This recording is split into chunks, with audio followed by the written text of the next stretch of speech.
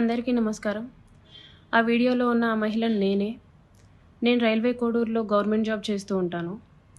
గత సంవత్సరంన్నర ముందు జూన్ 14, 2024లో రైల్వే కోడూరు ఎమ్మెల్యే అయిన అర్వా శ్రీధర్ గారికి నేను కంగ్రాచ్యులేషన్స్ చెప్దామని చెప్పేసి ఫేస్బుక్ ద్వారా మెసేజ్ చేయడం జరిగింది.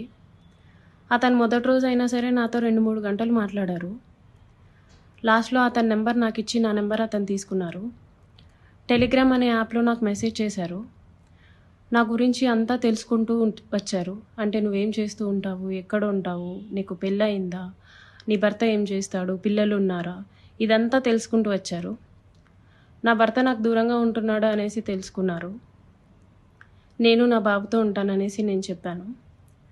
అలా అనుకోవద్దు, నువ్వేం ఒంటరివి కాదు, నీకు నేనున్నాను, ఎటువంటి సిచ్యువేషన్ అయినా సరే నేను నీకుంటాను అని చెప్పేసి నెక్స్ట్ డే నుంచే నాకు అటువంటి ప్రామిసులు చేయడం జరిగింది. అటువంటి భరోసాలు ఇవ్వటం జరిగింది ఆయన నుంచి. సరే అని చెప్పేసి నేను నార్మల్గానే మాట్లాడుతూ వచ్చాను. ఒక 2 రోజుల తర్వాత ఆయన నా న్యూడ్స్ అడగడం స్టార్ట్ చేశారు. వీడియో కాల్స్ చేయని చెప్పేసి బలవంతం చేయడం స్టార్ట్ చేశారు. ఇదంతా కరెక్ట్ కాదండి అనేసి నేను అన్నప్పుడు అతను చాలా ఫాస్ట్గా టర్న్ అయిపోయి సీరియస్ అయిపోయి నన్ను బెదిరించడం జరిగింది. ఇది నా కోడూరు, నా నియోజకవర్గం, నువ్వు ఒక చిన్న ఎంప్లాయీవి, నీకు ట్రాన్స్ఫర్ చేయాలన్నా సరే నేనే దిక్కు, నీ మీద ఎంక్వైరీలు వేయిస్తాను, నీ కొడుకు నువ్వు ఒక్కరే ఉంటారు, జాగ్రత్త మరి చూసుకో అని చెప్పేసి బెదిరించడం జరిగింది. అయినా కూడా నేను న్యూస్ పంపలేదు. కానీ దాని తర్వాత నుంచి కలుద్దామని చెప్పేసి నన్ను చాలా టార్చర్ చేయడం జరిగింది. కలుస్తావా లేదా అని చెప్పేసి బెదిరించడం జరిగింది. నేను కలవను అని చెప్పేసి జూన్ 14 నుంచి ఒక 20 రోజుల దాకా నేను అసలు కలవను అని చెప్పేసి భయపడుతూనే చెప్పాను. భయపడుతూనే నేను ఇగ్నోర్ చేస్తూ వచ్చాను. ఆయన ఒకసారి అన్నారు, నీ కొడుకు నువ్వు ఒంటరిగా ఉంటారు, చూసుకో, నీ కొడుకు ఏమైనా అయితే నన్ను అడగద్దు అనేసి భయపెట్టడం జరిగింది. సరే అని చెప్పేసి నేను జూలై 9, 2024లో ఫస్ట్ టైం కలిశాను అతన్ని.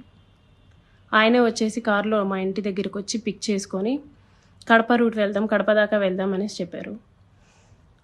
ఏం మాట్లాడాలి అనేసి నేను అడిగాను. ఏమొద్దు, ఏం మాట్లాడొద్దు, కడప దాకా వెళ్దాం అనేసి చెప్పారు.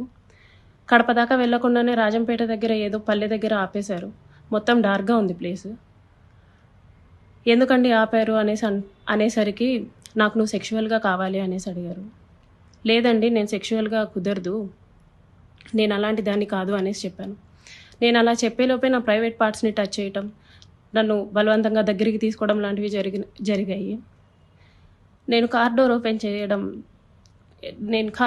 చేయడానికి ట్రై చేశాను. అతను నా జుట్టు పట్టుకొని వెనక్కి లాగేసి నన్ను గట్టిగా కొట్టారు. 2-3 సార్లు కొట్టారు. చాలా గట్టిగా కొట్టి కార్ సీట్ని అడ్జస్ట్ చేసేసి నా మీదకి వచ్చేసి నన్ను చాలా బలవంతంగా రేప్ చేయడం జరిగింది. నేను అరవడానికి ట్రై చేస్తుంటే నన్ను చాలా గట్టిగానే కొడుతూ వచ్చారు. అలా నా మీద ఫస్ట్ అటెంప్ట్ జరిగింది. నన్ను ఇంటి దగ్గర డ్రాప్ చేసి నేను దిగుతున్న టైంలో, నువ్వు ఈ విషయం ఎవరికైనా చెప్పినా సరే నువ్వు కొలాప్స్ అయిపోతావు, నీ ఫ్యామిలీ కొలాప్స్ అయిపోతుంది, స్పాయిల్ చేసిస్తాను అని చెప్పేసి నాకు చెప్పడం జరిగింది. నేను ఆ భయంతో ఇంటికి వెళ్ళిపోయాను. నేను మా బాబే ఉంటాము. నెక్స్ట్ డే కూడా ఆయన కలుద్దాం, మాట్లాడాలి అని చెప్పేసి బెదిరిస్తూ వచ్చారు. అలా నాకు ఆగస్ట్ ఎండింగ్లో నా ఫస్ట్ ప్రెగ్నెన్సీ అతని వల్ల వచ్చింది. ఈ విషయం నేను అతనికి చెప్పాను. చెప్తే అబార్షన్ చేయించుకో వెంటనే అనేసి అన్నారు. నేను అబార్షన్ చేయించుకోవట్లేదు, నీ వల్ల నాకు ఇంత జరిగింది, నేను అబార్షన్ చేయించుకోవట్లేదు అంటే అప్పటికి నన్ను బెదిరించారు. నువ్వు అబార్షన్ చేయించుకుంటే నువ్వు బ్రతుకుతావు, నీ ఫ్యామిలీ బాగుంటుంది, నీ ఉద్యోగం బాగుంటుంది, లేకపోతే నా గురించి నీకు తెలుసు అని చెప్పేసి చెప్పడం జరిగింది. నేను అబార్షన్ చేయించుకోను, ఎట్టి పరిస్థితుల్లో అబార్షన్ చేయించుకోను అనేసి నేను వాదించాను. ఒక 2-3 సార్లు 2-3 రోజులు నన్ను బాగా బెదిరించి తర్వాత అష్యూరెన్స్ ఇచ్చారు. సరే, నీ భర్తకి నువ్వు విడాకులు ఇచ్చేసి నేను నిన్ను పెళ్లి చేసుకుంటాను, మీరు ఎలాగా దూరంగానే కదా ఉంటారు, నేను నిన్ను పెళ్లి చేసుకుంటాను, నీ భర్తకి నువ్వు విడాకులు ఇచ్చేసి అనేసి అన్నారు. అప్పటికి నేను ఒప్పుకోలేదు. అబార్షన్ చేయించుకో, ఇది అయితే ఫస్ట్ అబార్షన్ చేయించుకో అని చెప్పి నమ్మించడానికి నేను నిన్ను పెళ్లి చేసుకుంటాను అనేసి నాకు చెప్పారు. నేను చాలా రోజులు చేయించుకోలేదు. అలా ఒక 2 మంత్స్ నాకు ప్రెగ్నెన్సీ ఉంది. దాని తర్వాత ఇంకా ఆయన కంటిన్యూయస్గా బెదిరిస్తూ, ఇంటికొచ్చి కొడుతూ, చేయించుకుంటావా లేదా అని చెప్పేసి టార్చర్ చేస్తూ, ఫైన్ డే నేను అబార్షన్ చేయించుకున్నాను. ఆయన మాటలు నమ్మి నన్ను పెళ్లి చేసుకుంటానని ఆయన ఇచ్చిన అష్యూరెన్స్ని నేను నమ్మి నేను అబార్షన్ చేయించుకున్నాను. ఇలా ఈ 1.5 ఇయర్లో నాకు 5 అబార్షన్స్ అయ్యాయి ఆయన వల్ల. ఎప్పుడూ మా ఇంటికి రావటం, నాకు ఇష్టం లేదు అని చెప్పినా సరే నన్ను బలవంతంగా బయటికి తీసుకెళ్ళో, లేకపోతే ఇంట్లోనో నన్ను కొట్టి, మా వాళ్ళని బూతులు తిట్టి, చాలా రకంగా నన్ను సెక్షువల్లీ అటెంప్ట్ చేయడం జరిగింది.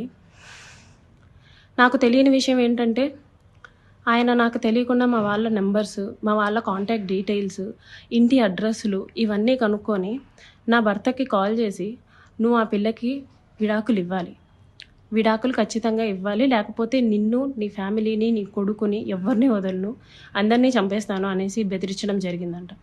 ఇది నాకు తెలీదు, ఈ విషయం నాకు తెలీదు. నా భర్త నన్ను తర్వాత కాల్ చేసి అసలు ఏం జరుగుతుంది అక్కడ అనేసి అన్నారు.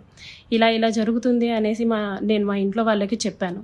ఇలా రోజు ఇంటికి వస్తున్నాడు, నన్ను కొడుతున్నాడు, నన్ను టార్చర్ చేస్తున్నాడు, ఫిజికల్లీ నన్ను చాలా వాడుకుంటున్నాడు అనేసి నేను చెప్పి ఏడ్చాను.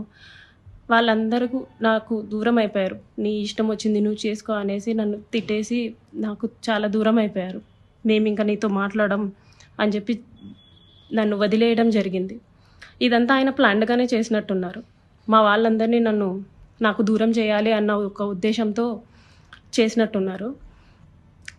వాళ్ళందరూ నన్ను దూరంగా వదిలేశారు. మా ఆయన మా బాబుని తీసుకెళ్ళిపోయాడు. నేను ఒక్కదాన్నే ఉంటూ వచ్చాను. గత 6 నెలలుగా నేను ఒక్కదాన్నే ఉంటూ వచ్చాను. నేను నా ఒంటరితనాన్ని, నాకు పేరెంట్స్ లేరు, అమ్మ నాన్న లేరు అడగడానికి, చేయడానికి. అమ్మ నాన్న లేరు.